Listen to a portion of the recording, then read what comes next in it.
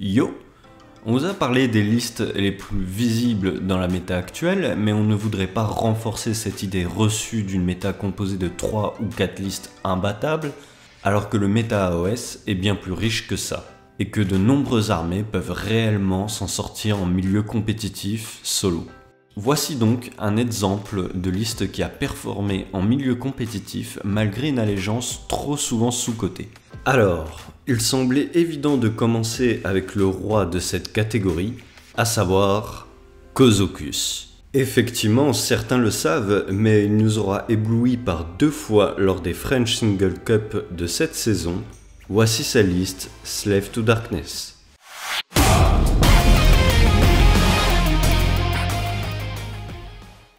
L'allégeance Slave to Darkness comporte une légion damnée qui se nomme les Chevaliers du Trône Vacant, issue du livre La colère de l'élu éternel.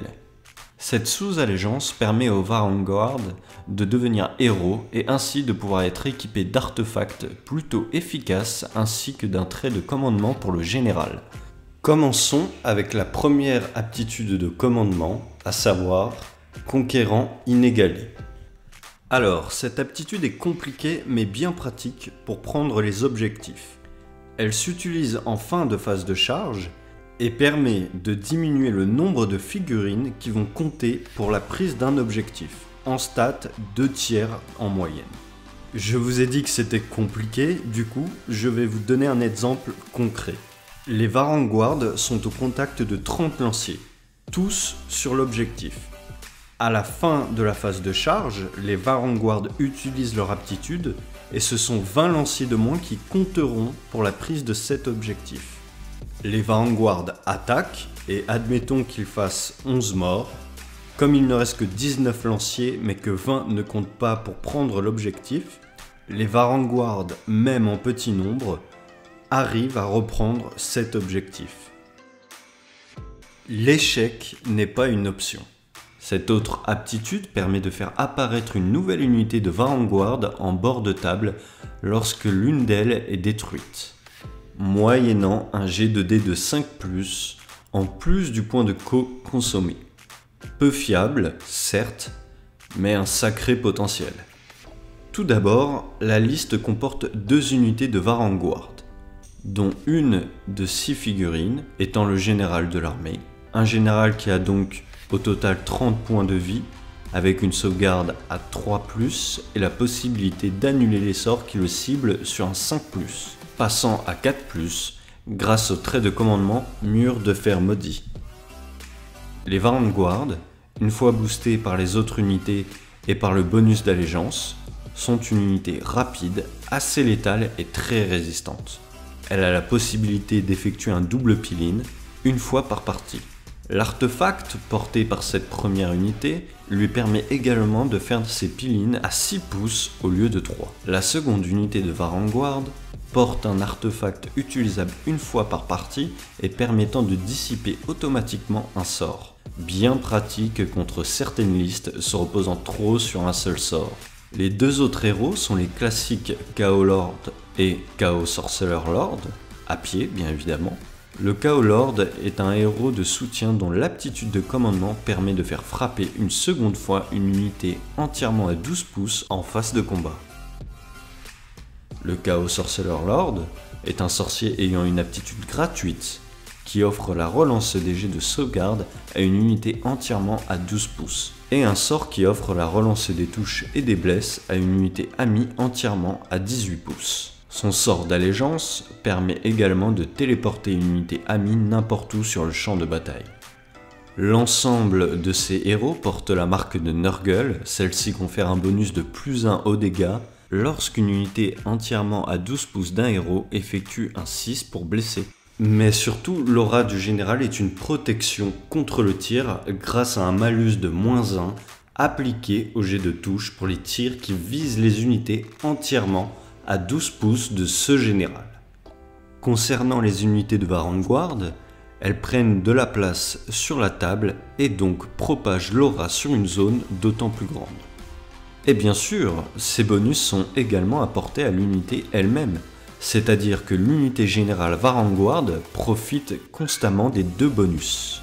Maintenant que nous avons vu les leaders, passons aux unités de l'armée. Les lignes de l'armée sont constituées d'un bloc de 15 guerriers du chaos et 2 x 5 Chaos Knight.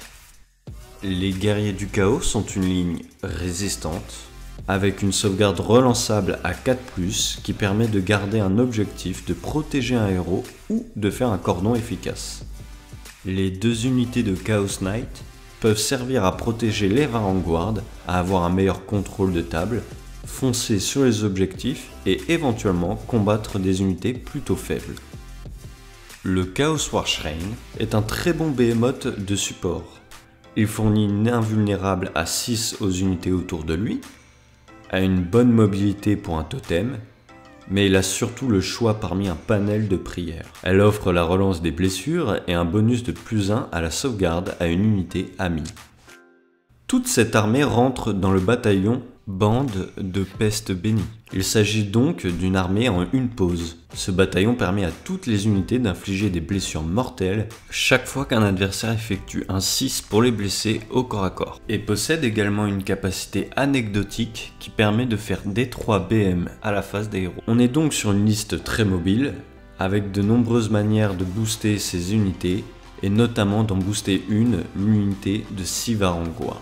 Cette unité générale va ainsi pouvoir se déplacer rapidement sur la table et pouvoir tout aussi bien sécuriser des objectifs grâce à son tanking que de voler facilement ceux de l'adversaire en utilisant son aptitude de commandement.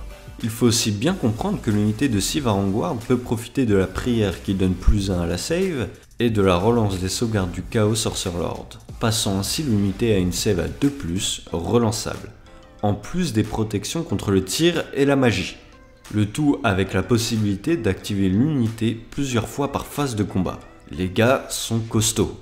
Cette liste en une pause permet de savoir qui aura le premier tour, un avantage certain lors du déploiement. À cela s'ajoute la mobilité et les capacités à faire apparaître une unité n'importe où, qui permettent de menacer les objectifs et les unités adverses partout sur la table, et cela tout au long de la partie.